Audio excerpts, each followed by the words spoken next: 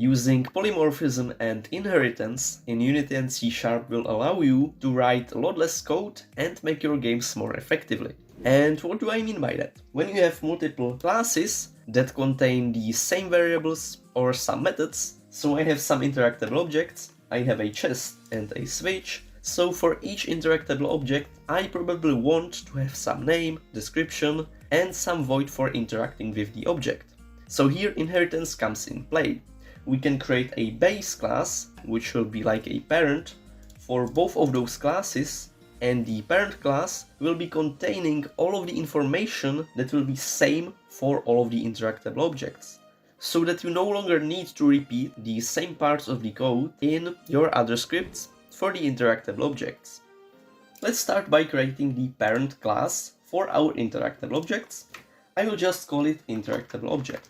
And into this class, which will be parent of the other interactable objects, we will just put the things that are in common for all of the interactable objects. So I will take all of these variables, such as the name and the description, and put it to the parent class. We also want to have the void interact in all of the interactable objects, so I will also take that. But in the void interact, not everything is in common. You can see it in the switch. We are setting the is interacting, so that we know if we are interacting with the object or not. We are setting some animation, but we might want to add some action, so that the switch can turn off or turn on some object. And on the chest, we might want to open some inventory and so on. So not the whole void interact is same for the switch and chest. But what is same in the interact void is that we are checking if we are interacting. If yes, we are setting is interacting to false, and if not, we do it the other way around. So we can do it like this, because all of the interactable objects need to contain all of these properties. They need to have the name, description, and also the void for the interacting with the item. From the interactable objects, such as the switch and chest, we can delete the parts that we have added to the interactable object parent class. So we can delete the check if we are interacting, just like this. And in the chest class, we can delete all of these properties and also the check for the interacting. So now these two scripts are a bit less confusing, but it is giving us some errors because we have obviously deleted the properties. Because we want the interactable object to be the parent class of the switch and the chest, here, instead of deriving from the mono behavior, we can derive from the interactable object class. And this will give us access to all of the variables and methods from the interactable object class in the switch, because we are deriving from the interactable object, so we can access everything that is back in the parent class. So in the interactable object, I have, for example, the description. So when I go to the switch class, which is deriving from the interactable object, on start, I can set the description even though the variable is not created in this class. We'll do the same thing for the chest, so just inherit from the interactable object. And because the chest and the switch is not deriving from mono behavior, which allows us to put the script on some object, you might be thinking that we'll not be able to use the chest class on some object. But because it is deriving from the interactable object class, which is deriving from mono behavior, it means that we will still be able to put the switch class to some object, even though it is not deriving from the mono behavior directly. So we can go to the scene and to the chest. I can put the chest script, even though it is not deriving from mono behavior. You can see that in the chest script, I am able to set the name, description, and all of the properties that are in its parent class, and I can also add my own. So on the chest, we might want to have some list of objects that could spawn in the chest. So we have just some list of strings. When I go back and select the chest, on the chest we have the properties from its parent class, but also the items. And to the switch, we can add the switch class, and here we only have things related to the switch and also to its parent class. When working with inheritance, you should also know about one new accessor, which is protected. So when I would make some variable private, for example the isInteracting, now even in the classes that are deriving from the interactable object, I will not be able to access the isInteracting variable because it is private and I can access it only in this class. When I make it public, I can obviously access it anywhere I want. But when I make it protected, I can access it only in this class and in classes which are deriving from this class. So in the switch, which is deriving from the interactable object, I can still access the variable, even though it is not public. And the same way it works with voids, so I can make it protected. Now in the player script, when we are checking if there is some component chest and switch, we don't actually need to do it like this. We can only check if there is component for the interactable object because it is parent of the other objects.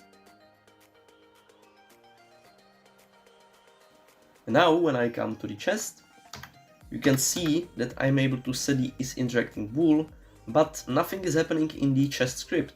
Why is that? Because we are only triggering this void on the parent class, but in its child, in the chest class, nothing is happening. And this is when we need to use polymorphism. Polymorphism will allow us to override some classes. So if you want to override, let's say, the interact class, you need to make it virtual and also public or protected so that its child can access it. And overriding basically means deleting all of the stuff that is happening in the void and providing a new implementation in its child class. So if you want to override the interact void, we just need to write override. So if you want to override some void, in the parent class, you need to make it virtual, and in its child, you need to type override. So now it will delete the implementation of this void and provide a new one, which is here. When I go to the chest now, you can see that it is telling that the chest is trying to close all the time, and it is not changing the bool. It probably makes sense, because when we are overriding the void, we are deleting this part, so it is not setting the isInteracting bool. If we want to keep this part of the void and also provide a new implementation in the child, we can just type base.interact. The base is referring to the parent class of the chest, which is the interactable object.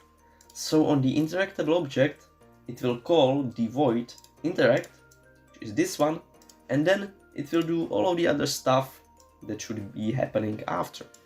We can do the same thing for the switch, so make the void override and add the base to call the void in its parent class.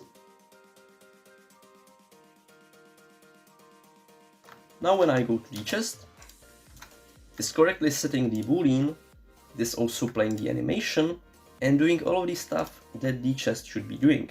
I can also go to the switch and it will be doing some other stuff that is specific for the switch.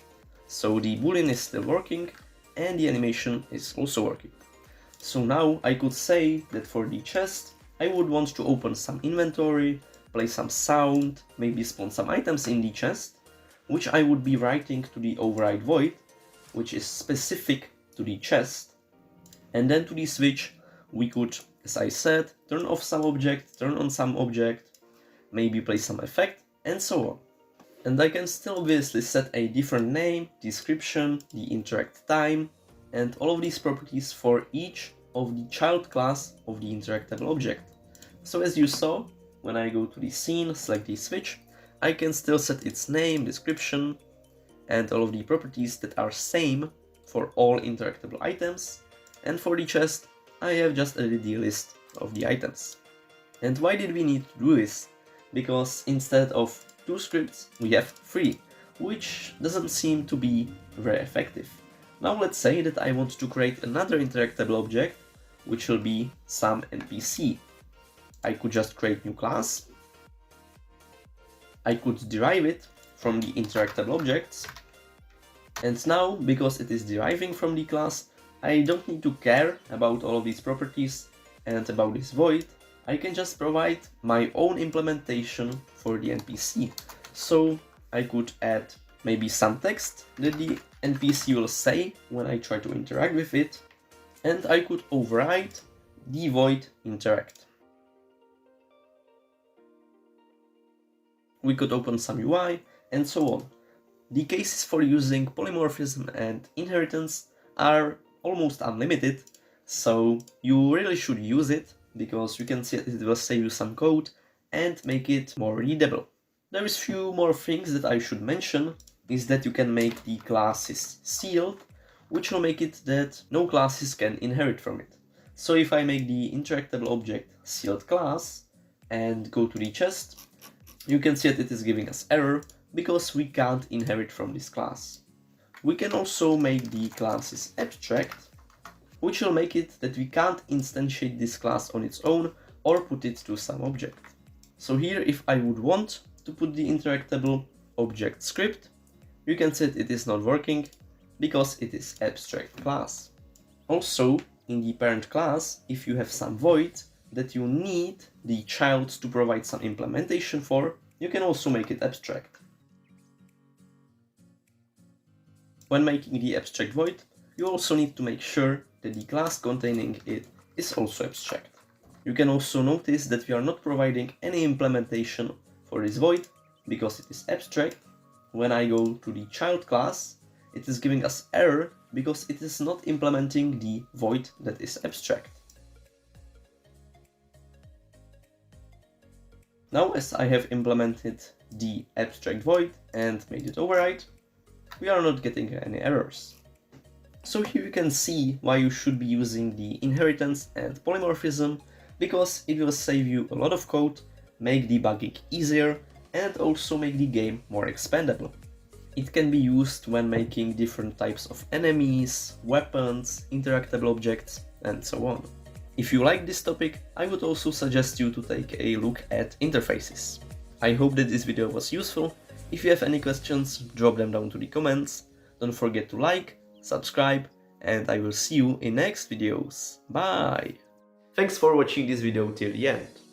If you are looking for a Unity, C# or Bolt tutor, then I am here for you, so feel free to send me a message to my Gmail and take a look at my website for more info. I can help you with your personal projects or teach you anything about game development you would want to know. You are welcome.